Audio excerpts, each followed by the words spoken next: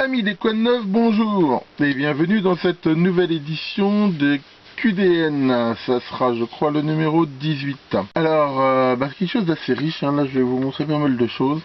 Il faut savoir que, pour information, la fréquence des QDN dépend de la place en fait, hein. C'est-à-dire qu'en fait, tout ce que je reçois, je le pose dans un coin de mon bureau, là dans mon labo, et puis quand ça déborde, c'est qu'il est temps de faire quelque chose avant de les ranger. Enfin voilà. Alors là il y a un petit peu de tout dans plusieurs domaines. Alors on va commencer par la fonderie. J'ai fait une vidéo il y a quelques temps où je vous montrais que j'avais utilisé des barres de graphite afin de créer un plasma, un arc électrique pour fondre très rapidement du métal. Et j'ai trouvé ce Bangkok des petits creusets en graphite comme ça. Donc je vous en montre deux ici là, qui sont ronds. Et l'idée est d'essayer de faire non pas l'arc entre deux tiges de graphite, hein, comme je vous avais montré dans ma vidéo, mais entre un de ces godets en graphite et mettre le métal dedans et faire l'arc avec une tige de graphite comme ça. Donc ça serait peut-être plus facile à faire, et en posant ça ou en creusant dans une brique réfractaire. Enfin voilà, donc je ferai sans doute une vidéo quand je ferai cette petite expérimentation. Et ces petits creusets ils coûteront pas cher, hein. Donc voilà pour ça. Toujours dans le domaine de la fonderie, j'ai aussi acheté ça. Alors ça c'est des petits moules en fait. Et une fois qu'on... normalement c'est plutôt pour des métaux précieux, des choses comme ça. Mais enfin en fait quand on moule certaines choses, eh ben, on peut les couler dans ces petits systèmes en graphite ici pour en faire des petits lingots ou des formes comme ça. Donc voilà, j'ai aussi pris ce truc là. Quelque chose qui n'a rien à voir avec l'électronique ou la mécanique. J'ai trouvé ces petits kits qui sont en fait des trucs à monter soi-même et qui sont des comment on pourrait dire ça, des systèmes à ailes battantes en fait, on va dire des simulations d'oiseaux, hein. C'est grâce à un mécanisme, on les remonte avec un élastique et ça vole en battant des ailes comme un oiseau. J'ai trouvé que c'était ça rigolo. Alors, je sais que ça existe depuis longtemps, ça existait tout fait, mais là j'ai trouvé que ça pouvait être marrant. Alors, par contre c'est vraiment complètement joie à monter soi-même. Donc voilà, je rejoins 5 minutes, je pourrais monter ce truc là. Alors maintenant dans le domaine de l'éclairage, là j'ai un achat dont je suis particulièrement content et qui, je dirais pas, j'ai fait un peu par hasard. Dans toutes les lampes qu'on peut trouver en Chine, il y a un modèle qui revient assez souvent, qui est de bonne qualité, c'est celui-ci là, qui en fait ça ressemble plus à un sabre laser qu'à une lampe, mais qui permet aussi, grâce ici à ce système là de focuser, on va dire, entre un faisceau relativement carré ou large et qui contient une LED à très haute luminosité. Alors cela s'alimente avec une pile de 1,5 volts, en dedans il y a sans doute un convertisseur, et ça éclaire déjà super bien. Et pour info, cette lampe là on la trouve dans des gammes de prix, enfin c'est délirant quoi. Je l'ai vu des fois sur le net à 25 €, et alors que généralement on peut la trouver à 6, enfin entre 5 et 6 €. C'est vraiment séduisant. Par contre, c'est vraiment costaud. Et en fait, j'ai essayé un autre fournisseur qui s'appelle DX, hein, qui est un petit peu du même genre que Bangkok, même si je préfère Bangkok à DX. Et j'ai cru au début que c'était le même modèle que celui-là. Et en fait, quand je l'ai reçu, ma surprise a été grande de recevoir un modèle qui est plus grand, mais qui est vraiment bien. Alors déjà, il n'utilise pas des piles AA. Ce modèle, il utilise des piles qui sont à ce format-là, qui sont des accus d'une tension de 3,7 volts et qu'on peut mettre ici à l'intérieur. D'ailleurs, dans le prochain QDN, j'ai commandé un chargeur pour ces piles-là, qui permettra de les utiliser. Enfin, ça éclaire vraiment super bien. Et en plus, celle-là, elle a 3 modes de fonctionnement. C'est-à-dire qu'on a un mode ici avec une certaine puissance lumineuse, un mode stroboscope et un mode avec une puissance beaucoup plus grande, sachant que ça doit consommer plus. Et pareil, ici, on peut focuser ça. Donc là, vraiment, très bon rapport qualité-prix. C'est très costaud, c'est sans doute étanche ici, et vraiment très bon système. En plus, un look d'enfer, hein. Donc on voit quand même bien sûr que c'est pas du tout la même taille que ce modèle là. Mais ça vraiment je vous le conseille. Et là c'était un prix vraiment intéressant. Dessus il y a marqué Ultra Fire. Bon, enfin à mon avis c'est les marques, ça dépend. Il doit y en avoir autant que d'étoiles dans le ciel. Alors maintenant nous allons un peu aller dans la mécanique. Bon, voilà, rapidement. J'ai retrouvé tout un lot de petites fraises à graver. Mais l'avantage c'est que c'est un lot où il y en a de tous les angles, donc ça permet d'en avoir d'avance. Bon, j'en ai déjà pas mal des fraises comme ça, mais enfin bon, les essais que j'ai fait montrent que ça casse assez vite, hein. C'est pas de l'usure, c'est que c'est pour peu qu'à un moment donné on se gourre un peu dans les réglages et tout. Donc là il y en a de 20-30 degrés et ici de 10 et 15 degrés, donc ça me permet d'avoir un assortiment. Après j'ai acheté ça rapidement. Bon, c'est pareil, c'est pas cher du tout, hein. C'est des petits disques diamantés qu'on peut monter sur Dremel ou autre. Donc ça peut être utile pour couper des choses, éventuellement meuler. J'ai trouvé ça, alors ça c'est vraiment top. J'ai déjà des fraises de ce style. En fait, c'est des fresques dites à ébavuret ou à chanfreiné, qui sont pas du tout, enfin qui sont faites assez bizarrement. En fait, on voit c'est un cône comme ça qui est percé et ça permet là, je sais pas trop comment ça va, enfin de couper. Le copeau sort ici par le trou. Alors celles-là, elles sont intéressantes parce qu'elles ont un truc standard là, quart de pouce hexagonal. Et on voit qu'il y a différents diamètres, ce qui fait que ça va me permettre de monter ça sur ma visseuse, hein, ça se met exactement comme les embouts de vissage.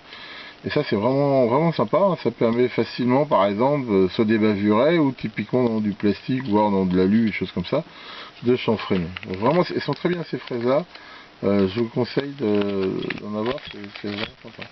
Ensuite, dans les petits lots comme ça sympa, il y a ça aussi. Alors ça c'est quoi? Bah, c'est une belle brosse métallique, mais alors celles-là elles m'ont bien plu. Pourquoi? Parce qu'elles sont pas longues. Souvent les brosses métalliques comme ça, surtout quand on conduit, bah, ont tendance, comme elles sont trop longues, à se tordre. Alors, comme ici elles ont vraiment une coupe en brosse assez courte, ça devrait le faire pas mal. Et pareil, là, on met 5 pour vraiment que dalle. Et ça c'est vraiment, c'est toujours utile, hein, pour découper, décaper, dérouiller. Des trucs en métal. Alors un super outil, hein, je vous l'ai déjà montré, j'en avais déjà un mais là j'en ai pris un autre pour mon autre atelier. C'est un des bavureurs de trous circulaires. Alors ça je dirais c'est quasi indispensable, hein. Dès qu'on a fait un trou, on ligne comme ça, ici c'est très coupant, hein.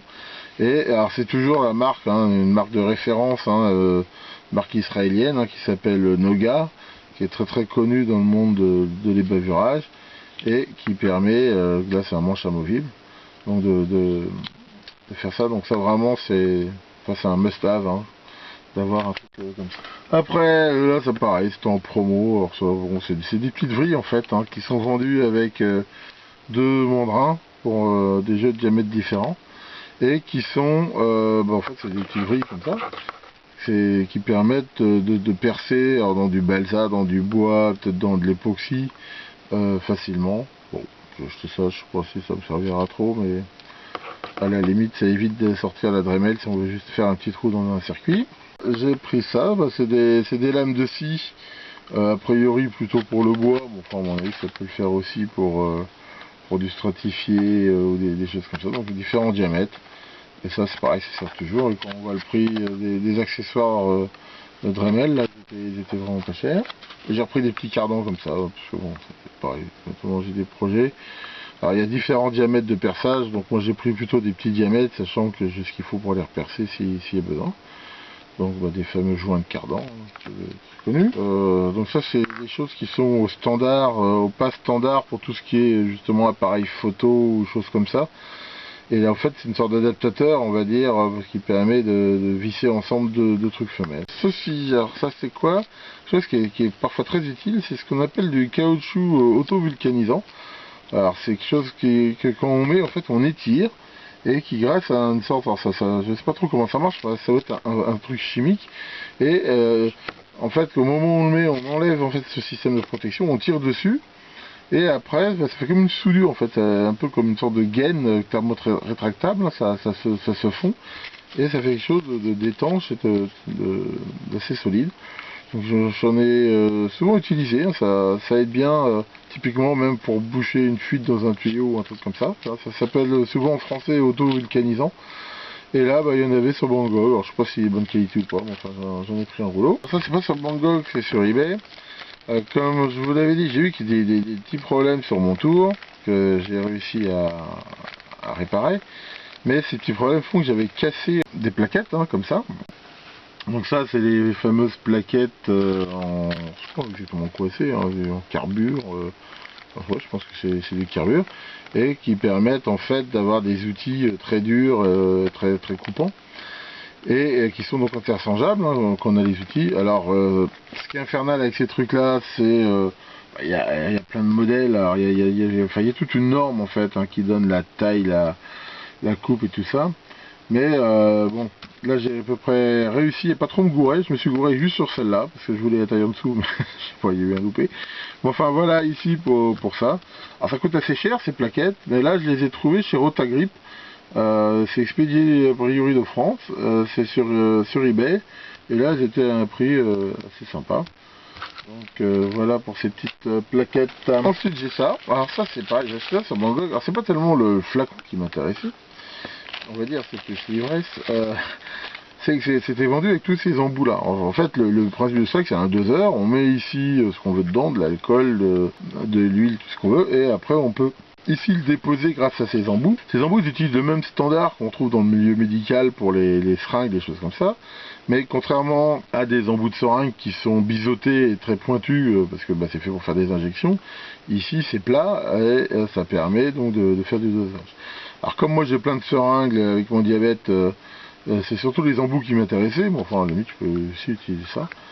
Et ça c'est assez sympa. Alors parlons un peu de la soudure.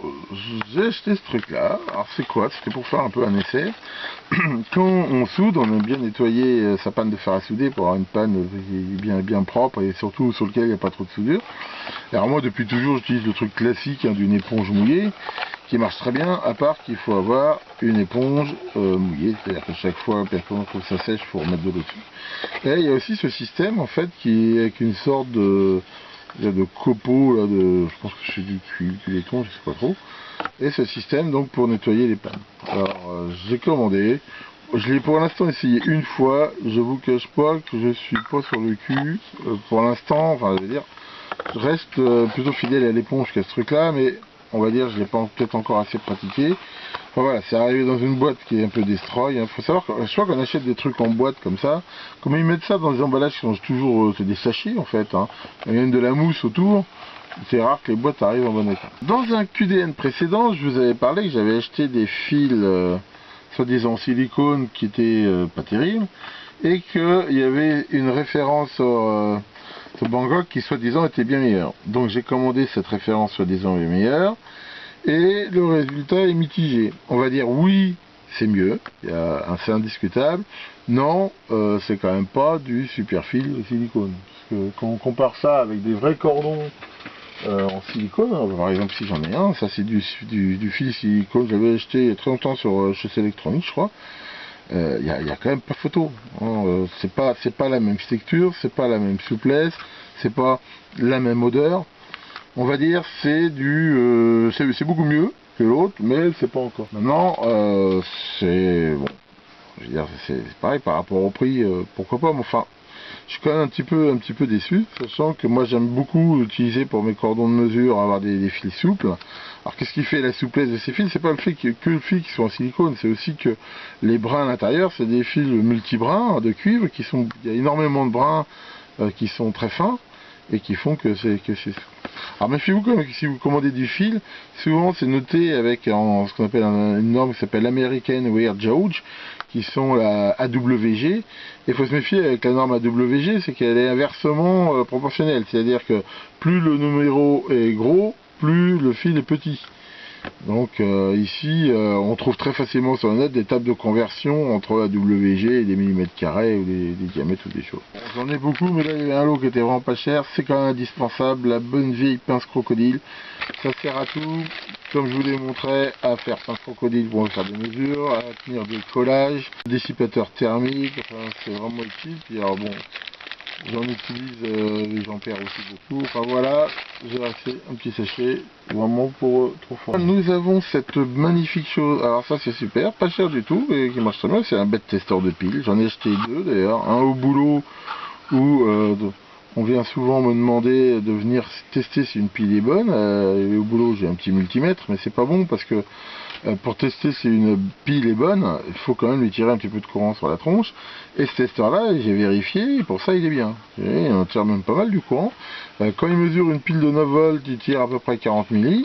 Et quand il mesure une pile de 5 volts, il tire plus de 200 milli. Donc c'est vraiment de la charge là. Et donc c'est fait tout bêtement, on met la pile là et on l'ajuste. Donc ça peut aller de la petite pile bouton LR44 jusqu'à la pile de compétition là. Et ici on a donc aussi pour mesurer des piles 9 volts. Et j'ai regardé, hein, c'est bien, en même temps ça donne pas un truc de tension, mais enfin pour une pile, voilà. C'est-à-dire il donne ici gravé la référence. Enfin, un rapport qualité-prix imbattable. Ça marche très très bien, c'est très pratique à avoir chez soi. J'ai acheté ces petits adaptateurs. Voilà, alors qu'est-ce que c'est que ces petits adaptateurs? Eh ben c'est un circuit qui s'appelle le Max 31855. Et vous allez me dire oui, et alors? Eh ben c'est un adaptateur, un convertisseur en fait, qui fait à la fois le traitement du signal pour un thermocouple de type K, avec ce qu'on appelle la compensation de soudure froide, et derrière la conversion analogique numérique avec une truc série. Ça veut dire que si avec un Arduino, un Raspberry, un PC, enfin tout ce que vous, un microcontrôleur quelconque, vous voulez mesurer en fait des températures à l'aide d'un thermocouple, et ben c'est vraiment le truc à prendre. Tout est intégré dedans, ça le fait bien. Enfin, je veux dire, quand on voit tout le Cinemaxé, si on veut faire une bonne compensation de soudure froide en analogique, vraiment ça vaut pas le coup de se priver. En plus c'était pas cher, et donc là je commence à utiliser pas mal quand même de thermocouples pour faire différentes choses. Donc là je me suis dit, comme j'ai peut-être l'idée de me faire un régulateur, enfin un système justement pour souder les CMS là en bédulant un vieux four que j'ai acheté dans un vide-grenier, et bien j'ai acheté ces petits modules là. Donc vraiment très simple d'emploi. Un petit panneau solaire. Voilà, bon, il n'est pas tellement droit. Bon. On va dire que c'est un panneau solaire. Alors, je sais pas si c'est naturel qu'il soit un peu courbé comme ça, je pense pas. Bon, c'est pareil, c'était sur mon GOG, c'était en promo, c'était pas cher. Bon, ça servira toujours. Je reconnais que j'ai pu s'acheter le prix que le panneau. Alors, par contre, j'ai fait une belle bêtise, comme il était dans une sorte d'enveloppe, mais il n'était pas bien il était mis comme ça par rapport à l'enveloppe, un grand classique.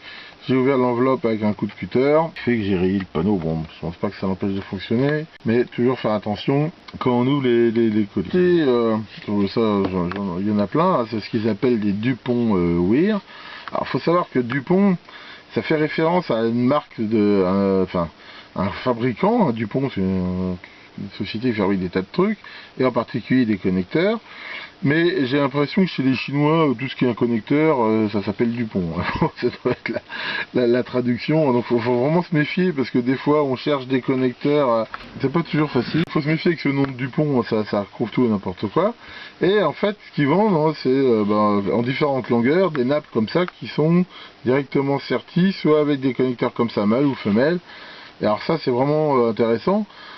Parce que moi j'achète ça parce que quand on veut faire des essais, des trucs qui se branchent dans des plaques d'essai, des machins comme ça, j'ai tout ce qu'il faut pour sertir les fils et les machins. Enfin ici j'ai le fil, j'ai la prise, j'ai plus qu'à l'arracher ici, le couper comme je veux, et je me fais tout ça directement, qu'on voit que ça coûte vraiment pas cher. Donc voilà, ça on en trouve de toutes les sortes, c'est très intéressant. J'ai installé un nouveau portail électrique et il marche très bien. Le seul truc, c'est que ce portail là, j'aurais bien pouvoir le commander de là où il est, en fait, assez facilement, et sans avoir une télécommande. Et pour faire ça, j'avais besoin, ils vendent des boîtiers avec clavier et tout ça, ils vendent ça à un prix, je crois que ça coûte 55 €. Je trouve que c'est bien cher pour ce que c'est. Et donc je vais me faire un truc maison. Et chercher des petits claviers qui pouvaient bien tenir aux intempéries. Et j'ai commandé en fait ces claviers là, des petits claviers à membrane qui ça m'a l'air quand même de bonne qualité. C'est autocollant en fait. Donc si je les mets ici avec une petite protection, je pense que ça devrait être pas mal. J'en ai acheté 5, ça se vend à l'unité par 2, par 5, par 10. C'est une matrice, très facile le brochage en poids de goût, c'est ligne colonne. Et je pense que ça devrait le faire. Alors ça c'est quoi? C'est des petits moteurs pas à pas qui sont vraiment petits, comme on le voit ici. Alors ils sont peut-être trop petits pour ce que je vais faire. En fait, moi ce que je voulais faire, c'est d'avoir un système doseur. Vu que j'ai une sorte de pousse-seringue en fait, de façon à pouvoir doser facilement des produits, de la pâte à doser, des choses comme ça. J'ai cherché des petits moteurs pas à pas. Alors c'est vrai que j'étais un peu vite, j'ai pas bien regardé la taille. Là il faudra que je fasse l'essai. Alors ça a beau être découplé par une vis sans fin, je suis pas sûr quand même que ça sera assez costaud. Enfin à voir, bon, de toute façon ça coûte rien. Ensuite j'ai acheté ces petits boutons là. Ça c'est des boutons qu'on trouve partout. Alors pourquoi j'en ai pris? Parce que j'en ai plein des boutons comme ça. Ici typiquement des boutons de ce type-là, hein, qui sont tactiles, mais ceux-là, au moins, ils ont un grand truc, ce qui permet, par exemple, si on fait une face avant, bah, de les repercer, on n'est pas obligé de remettre quelque chose dessus. J'ai aussi ce petit kit, alors ça, je pense que je ferai une vidéo sur ce kit. Vous avez déjà montré une vidéo sur un kit d'un détecteur de proximité, alors ça, c'en est un autre. Et ce qui est intéressant dans ce kit, et c'est pour ça que je crois que je me rappelle que je l'ai acheté, c'est que le schéma il est à la fois astucieux, ce schéma, et à la fois il y a un truc un peu débile dedans. Je pense que je ferai une vidéo, on regardera un petit peu comment il fonctionne, et je pense que ce sera intéressant. Bon, et pour finir, hein, je vais pas refaire une vidéo là-dessus. Hein, je vous ai fait dernièrement une vidéo, j'avais acheté tous lots donc de résistance à 1%, donc on a vu qu'elles étaient pas vraiment à 1%, et plutôt pas très stable en température. J'avais aussi acheté, et ça c'est de la résistance carbone standard, et elle je mesurais, bon, elle est tout à fait dans les tolérances, hein, c'est de la résistance, on va dire, tout venant. Parce que en fait ce qui est embêtant dans ces lots là, ils sont pas très chers, mais il y a un peu toutes les valeurs, et avec ce que je fais moi, il y a des valeurs que j'utilise plus que d'autres. Et ça typiquement c'est toutes les valeurs que j'utilise pour les LED, des choses comme ça. Donc là j'en ai profité, j'en ai encore pour toute ma vie. C'est un truc. Enfin donc voilà pour cette nouvelle édition de Code 9. Merci beaucoup de votre attention et à bientôt pour de nouvelles aventures.